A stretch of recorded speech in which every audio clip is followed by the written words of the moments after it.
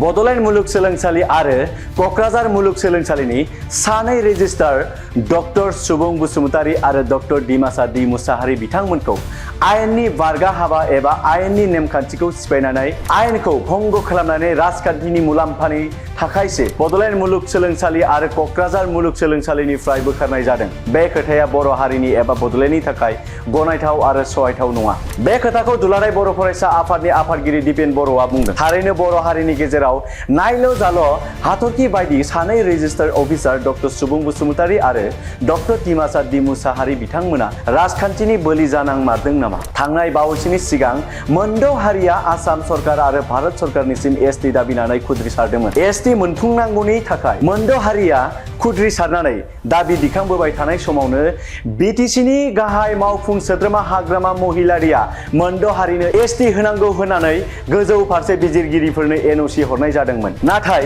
बिटिसिनि गाहाय मावफुं सोद्रोमा हाग्रामा महिलारिया मोनद' हारिनो एसटि होनांगौ होननानै गोजौ फारसे बिजिरगिरिफोरनो एनअसि हरनायखौ लानानै थाखानाय एसटि हारिफोरा सहायनो हायाखैमोन आरो बेयो गनायथाव नङा। मोनद' हारिनो जुदि एसटि होयो अब्ला थाखानाय एसटि हारिफोरा फारफ्रोमबो बिथिंनिफ्रायनो जेरैबो खहा जागोन होननानै ट्राइबेल हारिफोर, ट्राइबेल दैदेनगिरिफोर आरो ट्राइबेल फरायसाफोरा हाग्रामा महिलारिनि हेंथायै गसंथिदोंमोन। थांनाय 29 नभेम्बर खालाराव बिटिसिनि गाहाय मावख'आव गोबां दावराव दावसि जादोंमोन। मावखुलिनि मुवा बेसादफोरखौ बुफाय बुसि खालामदोंमोन थागिबि ट्राइबेल लाइमोन फरायसाफोरा। आरो बे दावराव दावसिया सोरनिबा बिथोन होनायाव जायाखैमोन। लाइमोन फरायसाफोरनि गोसोआव दुखु मोननाय आरो गोसोनि मोनसे आबेगजोंसो जाफ्लांदोंमोन होननानै बुंथिदों दुलाराय बर' फरायसा आफादनि आफादगिरि दिपेन बर'आ। दुलाराय बर' फरायसा आफादनि आरो मेलेमजिबिफोरनि नायबिजिरनायाव डक्टर सुबुं बसुमतारी आरो डक्टर डिमासा डी मुसाहारिनि जेबो दाय गैयामोन।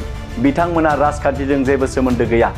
बड'फा उपेन्द्र नाथ ब्रह्मनि बड'लेण्ड सोमावसारनायनिफ्रायनो बर' हारिनि थाखाय आरो बर'नि अलखदनि समाव अरायबो गसंथिदोंमोन आरो दिनैसिमबो बर' हारिनि थाखाय खामानि मावबोदों।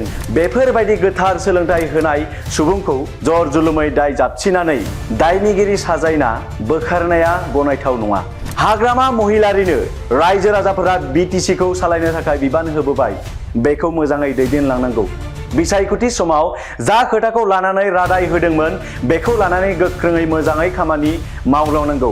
नाथाय बेखौ गारनानै सोरबाया हारिनि थाखाय समाजनि थाखाय मोजां बाथ्रा बुंनो नागिरनायखौ खुगा मुथिनानै दोननायखौ जों माब्लाबाबो लुबैया।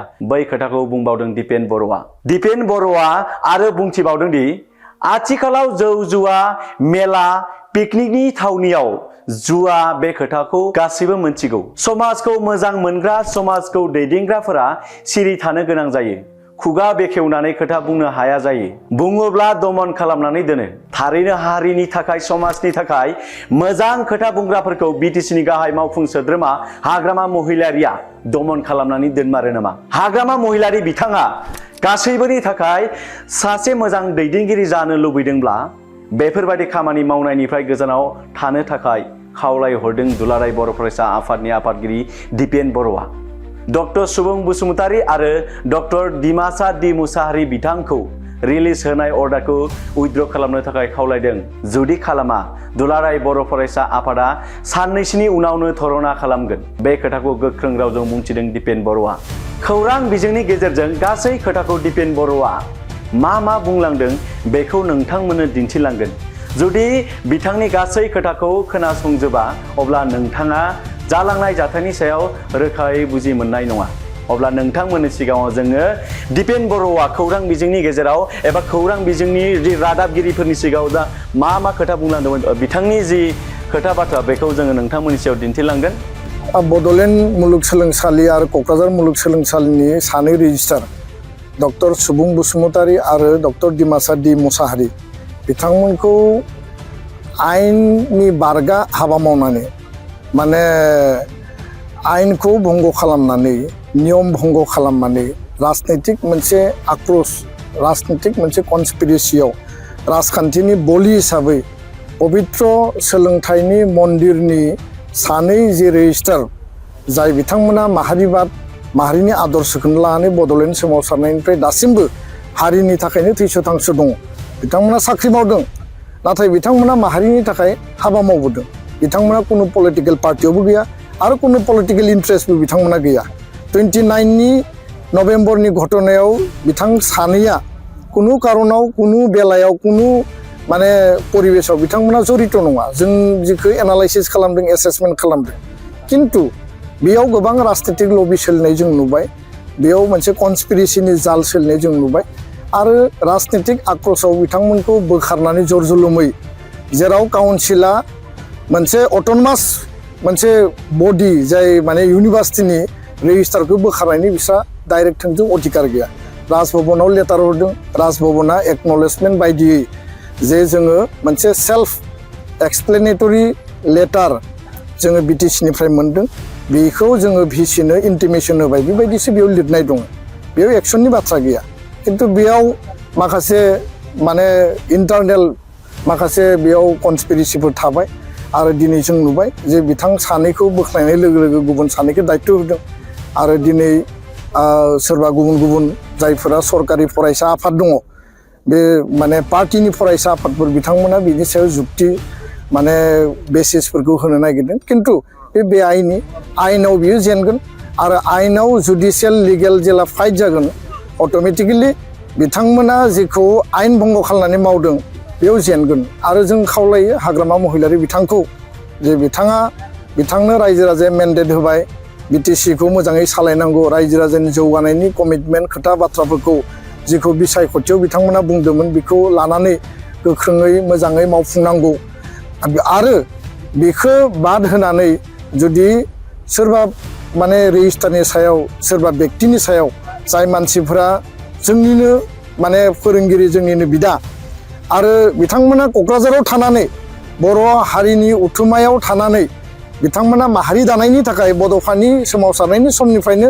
दिनैसिमबो जाथिनि थाखाय दङ बेबायदि मानसिनि सायाव जुदि राजनीतिक आक्रोश देखायोबा आरो समाजाव हारिनि सार्थनि थाखाय माहारिनि सार्थनि थाखाय खोथा बुंग्रा मानसिफोरनि खुगाखौ बेबायदि एक्सन लानानै जुदि बन्द खालामनो नागिरोब्ला हारियालाय बबे लामाजों थांगोन हारिया बबे लामाजों जौगानो नागिरदों दा बेखौ जोङो नुनानै सोमोनांदों फारसेथिं जौ जुवा माने पिकनिकआवबो जुवा जौनि आड्डा बहाबा नोङो मेला फुजायावबो माने जुवा आरो जौनि आड्डा बेफोर थासारिखौ बुङोब्ला सोरबा सोरबा दुखु मोनो सोरबा सोरबा नांनाय बायदि मोनो किन्तु बास्तबथ' रायजो राजाफ्रा नुदों बयबो जोंखौ बुंदों गावजों गाव रायलायदों किन्तु रावबो खुगा सिनो हाया गियो बे मा दमननि बे माने परिबेस जों बेखौ साबजायाखै जों दुखु मोनदों आरो हाग्रामा महिलारि बिथाङा रिथिं खालामनांगौ बिथाङा जुदि बयनिबो वेल एक्सेप्टेड लिडार जुदि हिसाबै गावखौ दिन्थिनो नागिरदोंब्ला बेबायदि राजनैतिक आक्रोशखौ खालामनायनिफ्राय गोजानाव थानांगौ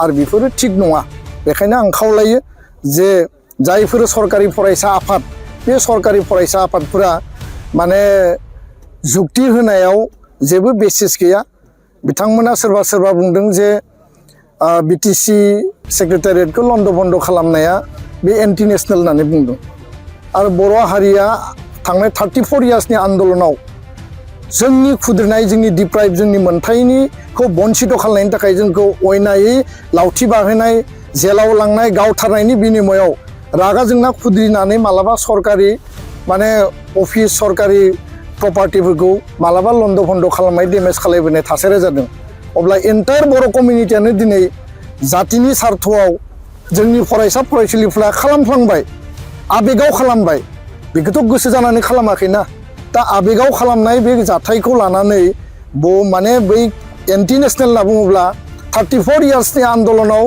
बर'फ्रा एन्टि नेसनेल खामानि मावदोंमोन नामा बर'फ्रा राष्ट्रद्र'हनि खामानि मावदोंमोन नामा आरो बे बेलायाव संग्रामि एबसुनि दैदेनगिरियाबो गोलैगोन बिएलटिनि दैदेनगिरियाबो गोलैगोन एनडिबिनि दैदेनगिरियाबो गोलैगोन जोंथ' राष्ट्रद्र'ह खामानि मावग्रा नङा आरो जों राष्ट्रद्र'हि नङा राष्ट्रनि संबिधानखौ मान मर्यादा होनानै जोंनि आर्टिकेल 2 आरो 3 आव आलादा रायजोनि दाबिनायजोंसो दिनै बिएसि बिटिसि बिटिआर मोनदों बेफोर खोथा बाथ्राफोरखौ बुंनानै मा बुजायनो नागिरदों ओरैनो माने एसे मेलेमजों एसे माने गियानजों खोथा बाथ्रा बुंब्ला बे मालाबाबो जास्टिफाइड आरो लिगेल जाया बेखिनिखौनो बुंबाय बे रिलिज होनाय अर्डारखौ उइथड्र खालामनांगौ आरो गोख्रैनो सानसे साननैनि गेजेराव दुलाराय बर' फरायसा आफादनि बेखौ लानानै प्रटेस्ट डेमनस्ट्रेसन आरो प्रटेस्ट धरनाया जागोन गोजोन्थों